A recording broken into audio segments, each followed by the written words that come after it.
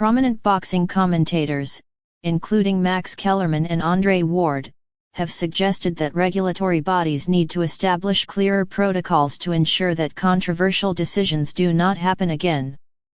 If we have the technology to get it right, then we need to get it right, Ward stated on ESPN. Shakur Stevenson was asked about the fight and his thoughts on the decision. Shakur, tell us something, bro. Like, what did you think about the decision? He was asked. He hesitated before responding, I thought Roach won. You thought Roach won? Got you. I'll talk to you later, the interviewer concluded. Meanwhile, Lamont Roach's camp is pushing hard for an immediate rematch, arguing that Davis needs to prove himself by facing Roach again without controversy. Despite the ongoing review of the fight, Davis has resumed training, showing no signs of concern over the commission's decision. Roach, on the other hand, has continued his media campaign, appearing on several boxing podcasts and interviews to press his case. This isn't just about me, Roach said on the DAZN boxing show. This is about making sure stuff like this doesn't happen to other fighters. He also claimed that the controversy had overshadowed what should have been the biggest moment of his career, calling it a stolen victory.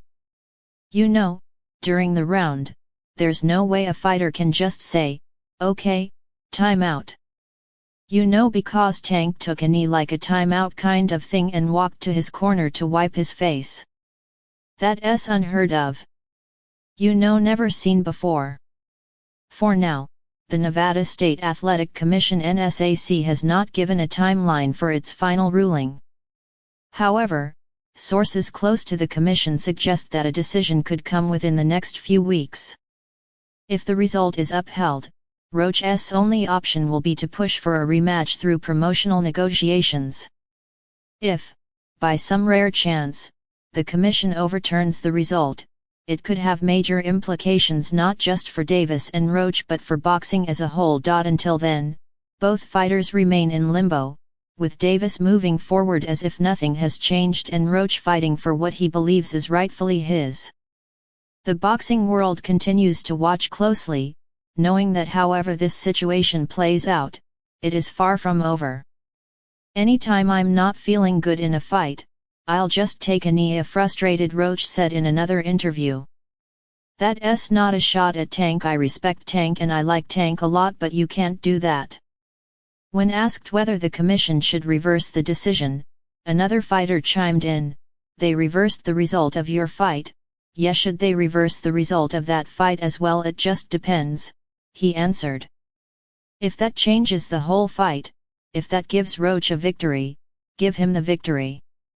That's how you keep the integrity of the sport, right? That's why they suspend fighters when stuff like this happens.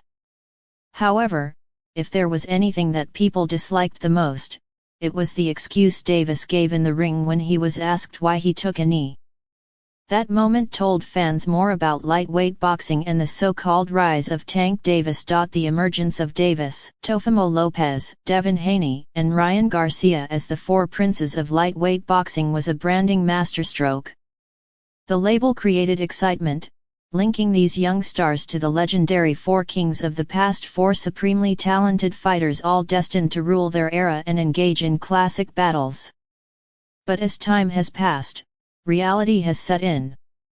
The branding was perfect, but the product has proven to be far from flawless. Davis's recent majority draw against Roach was the latest setback in what was once seen as an unstoppable march toward greatness. The result means that all four of the so-called princes now have some form of blemish on their records, whether it be an official loss, a no contest, or a controversial performance that left fans questioning their dominance. Davis had long been considered the most formidable of the group, an undefeated knockout artist seemingly built to be a pay-per-view star. However, his struggles against Roach have thrown even that assumption into doubt. The fight itself was expected to be a showcase for Davis, who was a massive favorite, with odds as high as -1,600. Signaling that most expected him to dispatch Roach without much trouble. Instead, Roach delivered a masterful performance, out-counterpunching Davis and frustrating him at every turn. What should have been a routine title defense turned into one of the most controversial results of the year, with many believing Davis was lucky to escape with a draw. Much of the controversy stemmed from the 9th round when Davis took a knee but was not ruled down by referee Steve Willis. The failure to call the knockdown, combined with an admitted technical issue that prevented an official replay review, meant that Roach was denied what could have been a decisive moment in the fight. Had the knockdown been counted, the official scorecards likely would have favored Roach, handing Davis his first professional defeat. It was a shocking turn of events, particularly given Davis's reputation for dominance. Unlike his fellow princes, who had already faced adversity in their careers, Davis had largely avoided in-ring controversy. He had knocked out Ryan Garcia in April 2023, solidifying himself as the top name in the lightweight division. His close decision win over Isaac Pitbull Cruz in 2021 had raised some eyebrows, but there was never a true sense that he had been outclassed. Against Roach, that perception changed. "Check the blockchain," one commentator said jokingly after the fight.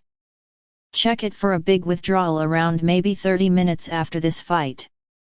No shot somebody put the house on a draw and just got a 2-2x return. A draw, the mathematical anomaly of having a draw with 3 different judges across 11 rounds. The timing of this stumble could not have been worse for Davis. Just one day before the fight, it was announced that Lopez, Haney, and Garcia would all feature on a major fight card on May 2 in Times Square.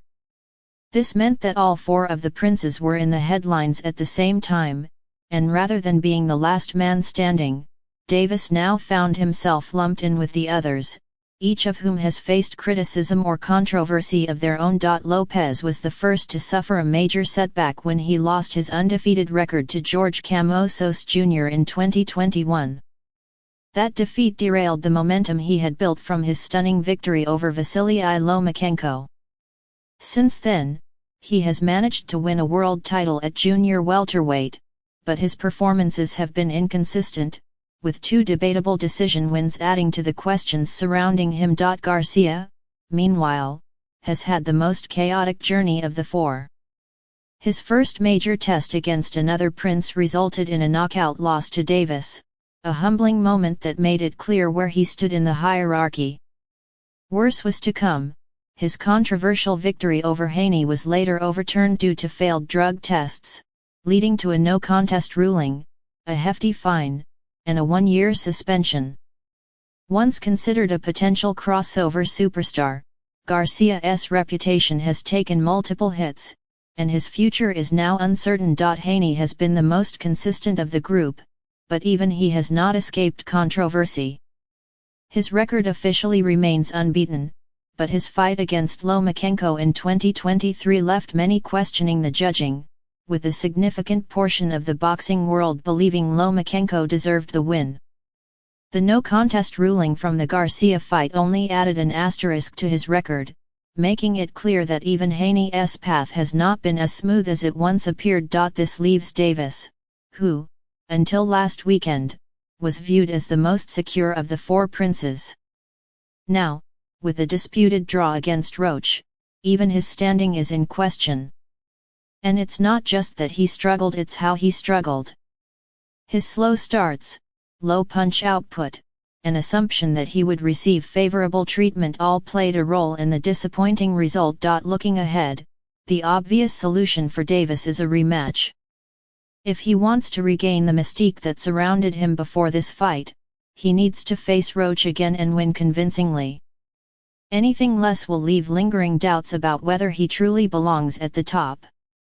Until then, the lightweight division remains in flux, with the 4 princes struggling to prove themselves as the new kings of the sport.